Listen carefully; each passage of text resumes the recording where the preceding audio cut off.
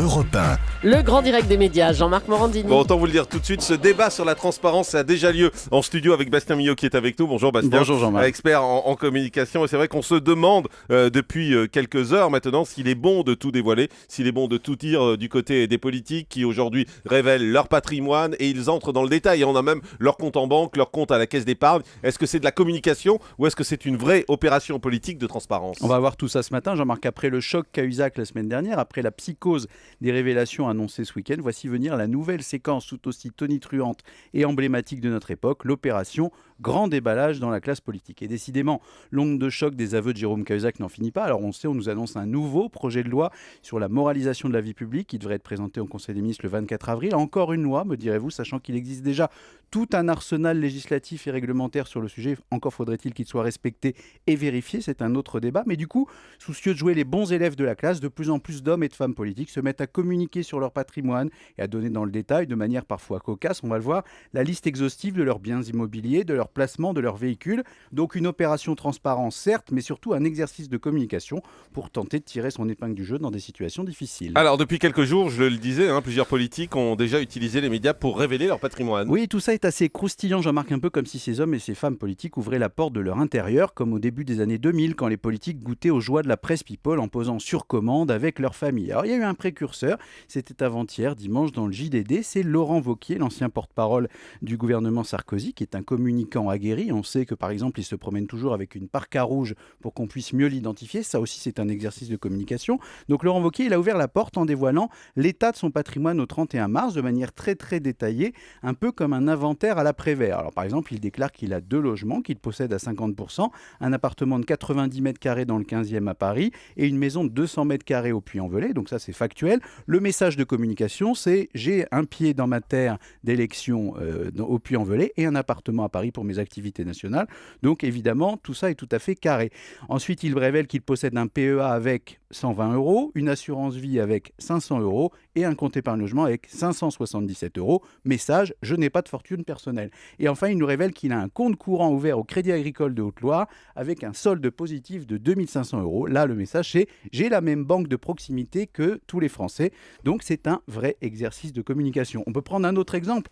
Au rayon, ces inconnus qui nous gouvernent. Vous savez, Jean-Marc, dans le gouvernement, il y a beaucoup de ministres dont on ne connaît même pas ni le nom ni l'existence. Eh bien, il y en a une, elle est de votre ville natale. Elle s'appelle Madame Marie-Arlette Carlotti.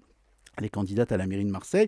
Elle est également ministre déléguée aux personnes handicapées. Eh bien, elle a été la première à publier son patrimoine sur son blog hier. Elle a révélé posséder entre autres un appartement de 130 mètres carrés à Marseille. Avantage, ça fait parler d'elle. Inconvénient, en dehors de ça, les Français ne savent toujours pas qui c'est ni les projets qu'elle porte. Alors ensuite, il y a eu d'autres qui ont embrayé. Les ministres écologistes Cécile Duflot et Pascal Canfin qui ont levé le voile. Alors ils sont ministres, mais ils ont levé le voile sur le site internet de leur parti. On n'a pas exactement compris pourquoi. On sait que Cécile Duflot avait souvent l'habitude de communiquer sur sa vie privée, notamment quand elle avait fait un fameux tweet où elle était en train de préparer un chili con carne pour sa famille. Rien ne nous était épargné. Eh bien, on connaissait moins son goût pour les voitures d'occasion, puisque nos auditeurs sont ravis d'apprendre qu'elle possède une Twingo d'une valeur de 1500 € ainsi qu'une 4L, une 4L qu'elle a achetée 10 000 francs parce que c'était encore en francs. Et preuve, Jean-Marc, que la mode gagne du terrain. Vous voyez, à travers tous ces exemples, eh bien, hier, c'est rien de moins qu'un ancien Premier ministre, François Fillon, qui lui aussi a profité de son passage sur le plateau du 20h de David Pujadas pour jouer la transparence et écouter ce que ça donnait. Je suis propriétaire d'une maison dans la Sarthe que j'ai achetée il y a 20 ans, 440 000 €.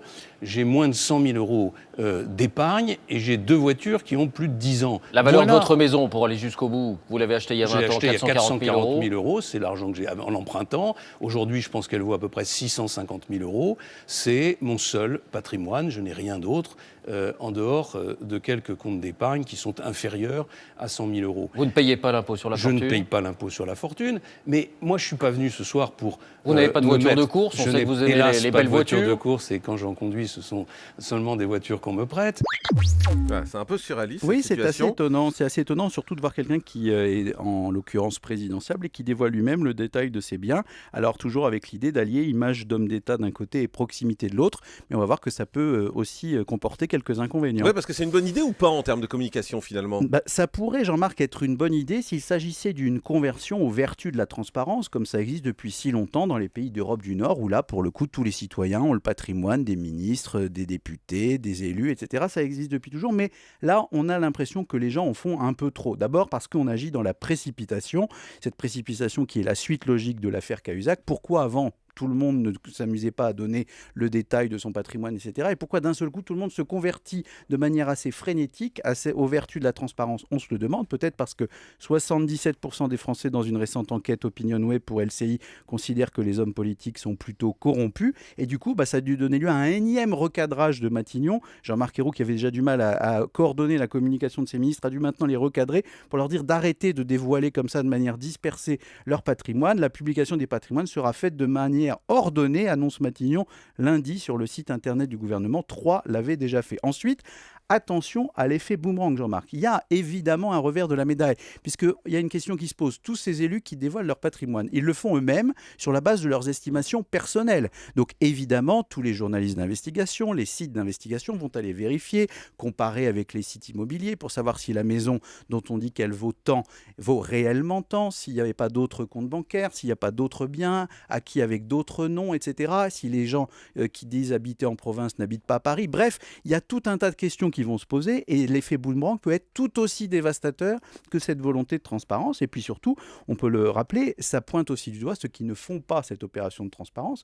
C'est leur droit le plus strict tant que la loi ne l'oblige pas forcément, mais du coup, ils passent pour les mauvais élèves de la classe politique. Bref, la transparence totale, on a du mal à y croire, plus une opération de communication en tout cas qu'une opération main propre, et ces précipitations ne changeront pas grand-chose à la crise morale que traverse aujourd'hui la classe politique. En entendant la énième loi qui lavera plus blanc que blanc, certains essayent visiblement de tirer la couverture à eux dans cette partie de course à l'échalote. Pas sûr que cela suffise à réconcilier les Français avec leurs dirigeants. Voilà, et puis on peut se demander à quoi ça sert, parce que dévoiler simplement un patrimoine aujourd'hui, ça veut pas dire grand-chose. Ce qui est intéressant, c'est avant et après un mandat. Parce que quelqu'un qui a de l'argent aujourd'hui, c'est pas forcément quelqu'un qui est un escroc. Un escroc, c'est quelqu'un qui a pu bosser. Exactement. Et d'autre part, je pense pas que quelqu'un qui a un compte en Suisse aux îles Caïmans va le faire dans sa déclaration officielle. Donc finalement, on en arrive au point zéro, et tout ça ne sert pas à grand-chose. En tout cas, c'est mon avis.